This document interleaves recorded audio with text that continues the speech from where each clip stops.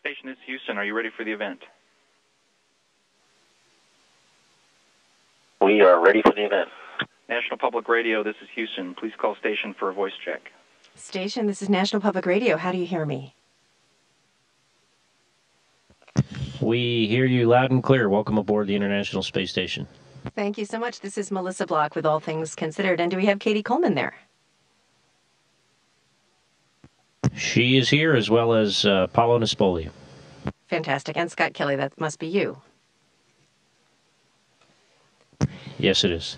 Great. Welcome. Thanks so much for talking to me. And Cady, I wonder if I could start with you. I gather that you have brought music with you to the International Space Station. I wanted to ask you what you have with you. Well, I play the flute on the ground, and it's one of the things I love to do, so I brought my own flute with me, but I also brought some other flutes with me. I have a penny whistle from Paddy Maloney of the Chieftains, and also a very old Irish flute from Matt Malloy of the Chieftains, and I have a flute from Ian Anderson of Jethro Tull. So a pretty well-rounded spectrum, and I am having a great time up here with them. Oh, that's amazing. Now, how did it come to be that you have those three flutes with you? Well, so with mine, it makes 4 total, and we get to bring a certain number of things with us to represent, or we just get a certain amount of space to bring stuff. And, you know, one of the things I think that's important to do is to try to share how amazing it is up here and, you know, relate to different groups of people. And I relate to flute players, and I just wanted them to understand what a cool place it was and how many possibilities there were to play music up here on the space station. Well, what is it like to play the flute and experience weightlessness? Is it easier? Is it harder? You know, it's just actually really different. I've actually been having the nicest time up in our cupola. It's a module that has windows all the way around, and you know, I just basically float around in there, and a lot of times play with my eyes closed. And what's really funny to me is that I'll suddenly sort of run into something, and something you just had no idea was so close is right there at your nose, which you know, if you're walking around in your living room, it just doesn't happen that way. So it's been pretty neat to just float around and not know quite where you are, but still be creating your own little world with music. That sounds great. What are the acoustics like up there? That really depends on the module, and I have to say I've been playing a lot more now that I've found the cupola, which the nicest part about it, besides the view, at least for me, is that nobody can hear me play in there if they're in some other part of the station. In other parts where we have a lot of cloth, a lot of sort of cloth bags, it absorbs the sound and it's not quite as bright sounding. But I've been trying to play module by module, and they all sound pretty good. You know, I'm thinking, Colonel Coleman, that it would be a pretty amazing thing for you to have some sort of space ground concert. You know, you playing up there on the space station along with Paddy Maloney and Ian Anderson and Matt Malloy. We are trying to work some of those things out, and hopefully we will manage to make them happen. The time delay, there's a technical difficulty in that. I'll tell you, the way I usually play is I play with people. I play with a group, and I'm somebody who sort of listens and then does the noodling in the background, and so I like to follow. And so it's a little bit hard for us to all play something at the same time. We're trying to work that part out, but it might be that they send me something to play, and then I send it back down there on film, or we're trying to work out the details. But in any case, I think with their instruments up here, I think I have a lot of flute players up here with me. Cady Coleman, you have your fellow crew members there with you, Commander Scott Kelly and Paolo Nespoli from the European Space Agency. And I wonder, Scott and Paolo, what you think of Cady's playing. Is this something that makes your time in space even more pleasant? Well, to be honest with you, she actually, I haven't seen her play very much. You know, the space station's really big, and she's, you know, does it mostly, you know, in her spare time when, you know, at least myself has been in other places. I've heard her a couple of times just now. She was practicing because she has her flute here, and she thought you might ask her, not to put her on the spot or anything, but she was thinking that you might ask her to play. So that's really only the second time I've heard her play. Well, you're missing out, but you will get to hear her in just a second. Let me turn to Commander Scott Kelly there for a second.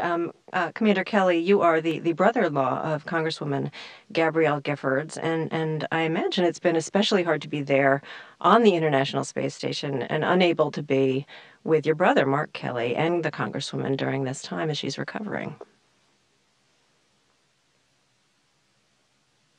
I think it'd be hard to be anywhere, whether it's with them or a place like this. Certainly, being in an isolated environment, presents its own special difficulties. But, we have, a telephone and email, and so there's the ability to communicate.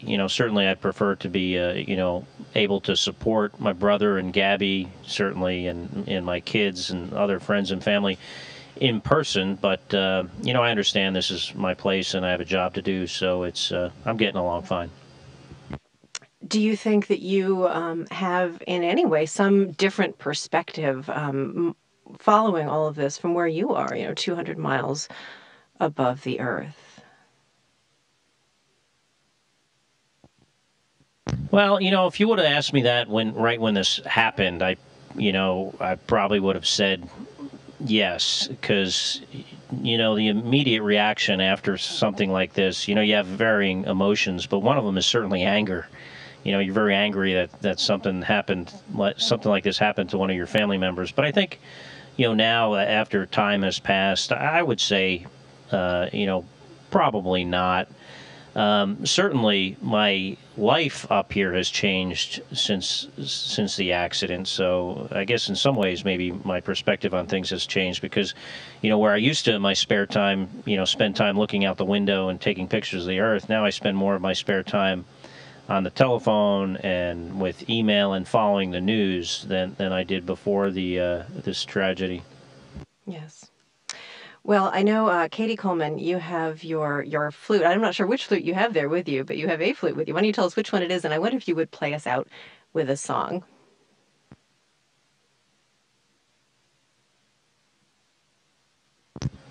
Well, I'm from Massachusetts, and I brought my own flute, which was made by a really neat company in Massachusetts. And the song I was going to play is called Blue Nose. It's by a Canadian guy named Stan Rogers, who writes a lot of the things that I love to play. And it's about, an old sailing ship sailing the oceans, being away from home. And that's the kind of perspective you can't help but have when you're up here looking down at the Earth and you think about the early explorers. And here we are, more recent explorers, but we all have some things in common. And there are jobs that we have to do far from home. So this is for John McBride, who in our International Space Station branch in the astronaut office is the cornerstone of our branch, and it's his favorite song. Great.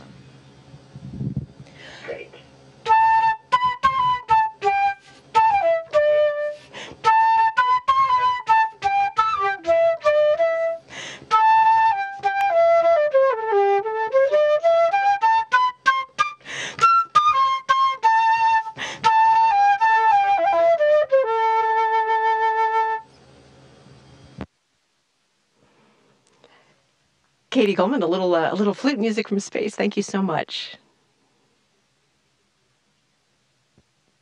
Well, thank you. I'm a big NPR fan, so it's a pleasure to talk to you and to share our space station life with folks. Thanks to everybody there on the International Space Station. Cady Coleman, also Commander Scott Kelly, and astronaut Paolo Nespoli. excuse me, and astronaut Paolo Nespoli. Thanks to all of you, and best of luck with the rest of your mission. Thanks very much.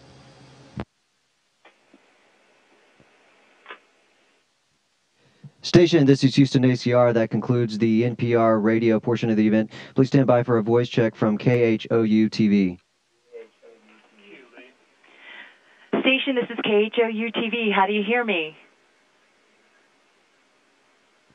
We have you loud and clear. Welcome aboard the International Space Station. Thank you. We appreciate you talking with us today. I'm Lisa Lisi with KHOU-TV. And we were just touching base with you, Scott. I was at the press conference when your brother announced he will be flying the next mission. And just wondering how you weighed in on that decision and what kind of advice you gave him. Well, I mostly listened to, how he felt about it, and which I think is important when you're, trying to, help one of your family members make a decision. There I think it was pretty clear that him flying this flight was the right thing to do for, him personally and in our family situation. I think it was, a pretty clear choice. And once he, discussed it with our management and they met the appropriate, requirements, I think that was clearly the right thing for him to do. And you would have been, the first brothers in space together, but I know due to delays that's not going to happen. But any thoughts on that? It would have been a historic moment. Well, it would have been fun for us, but we both have jobs to do, and we understand that. So. It's something I would have liked, but certainly I am not disappointed. And originally, with his original launch date, his mission would have been concluded prior to mine. So it was just really, luck and timing for a while anyway that we were scheduled to fly together. And then, as things work in the shuttle program, we find issues we have to fix, and sometimes those cause delays in the flight schedule, and that's what happened. And completely understandable, and not an issue for either of us. Sure. Your sister-in-law, your brother, put out a Facebook note to everyone that she's doing amazingly well. But wondering how it was for you when you originally heard the news, and how you're balancing work and family concerns, and also the outpouring of support. Well, like you would imagine, it's pretty shocking to hear that your sister-in-law, your brother's wife, that I'm very close to her. I'm certainly very close to my brother. That originally she was shot, and then soon thereafter. Heard that it was unconfirmed, but she had died. So certainly, really horrible news to hear, in in any situation, whether you're on the space station or anywhere for that matter. Yet multi-part question, but as far as how I dealt with it, I think in whatever spare time I had, spent time on the phone, talking to my brother, my kids, other, family and friends, and also communicating via email and following her recovery and the news as best we can in this isolated environment here on board the International Space Station. And has the outpouring of support been helpful, I would think? I'll tell you, it's really been incredible. I've gotten hundreds, if not thousands, of messages. I can't imagine how many my brother and Gabby have received, messages of support from all over the world. So it, really is heartwarming to see that people are concerned about her and, and my brother, and then, a small part, concerned in how I'm doing up here. I'm wondering, just to switch gears, what do you think of SpaceX? And is it a viable possibility? Is it any better than what NASA may have developed along the way?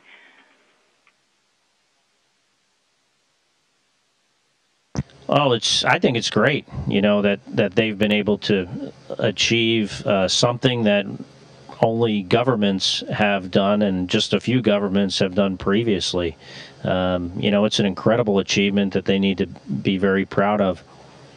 I don't know, a lot of the technical details and be able to compare, their SpaceX, their Falcon 9 and the Dragon with,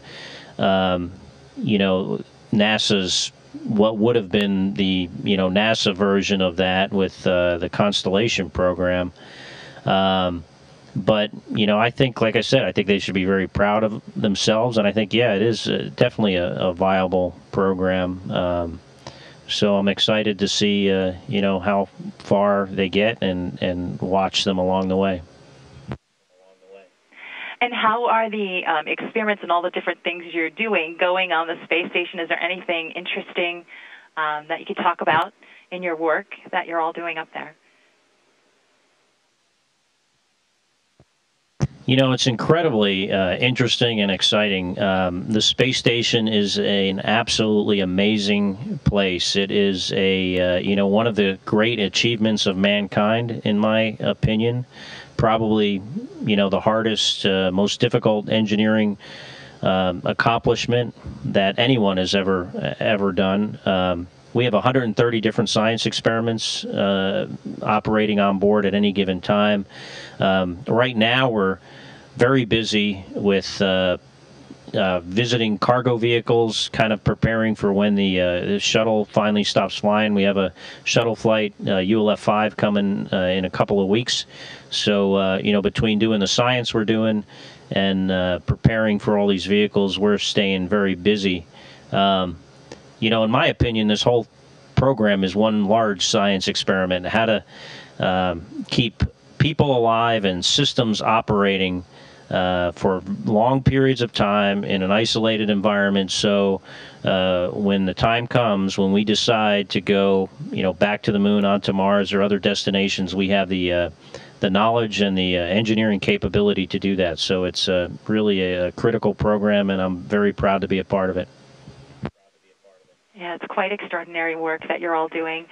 Cady, shout out from Connecticut. I'm from Connecticut originally, so hi to Massachusetts. And wondering if you could talk a little bit about your flute playing. Is that something you do in your downtime? And I don't know if you would do a repeat performance for us as you did for NPR.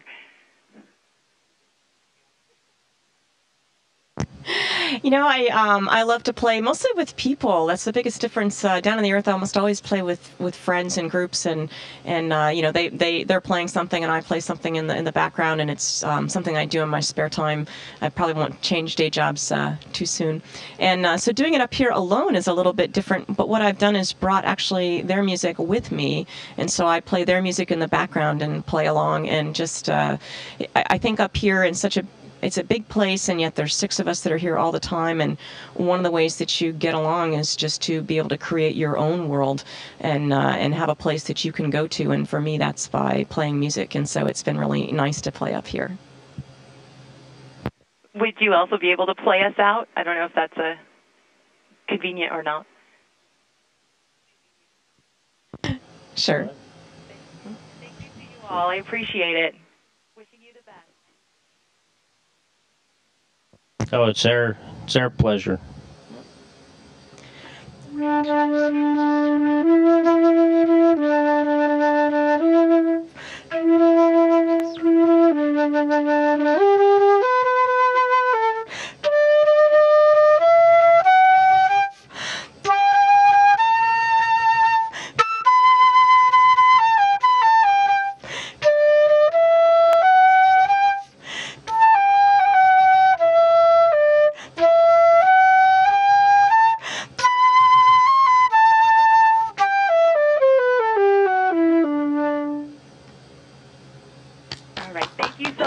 Appreciate your time. Yes, applause from here too.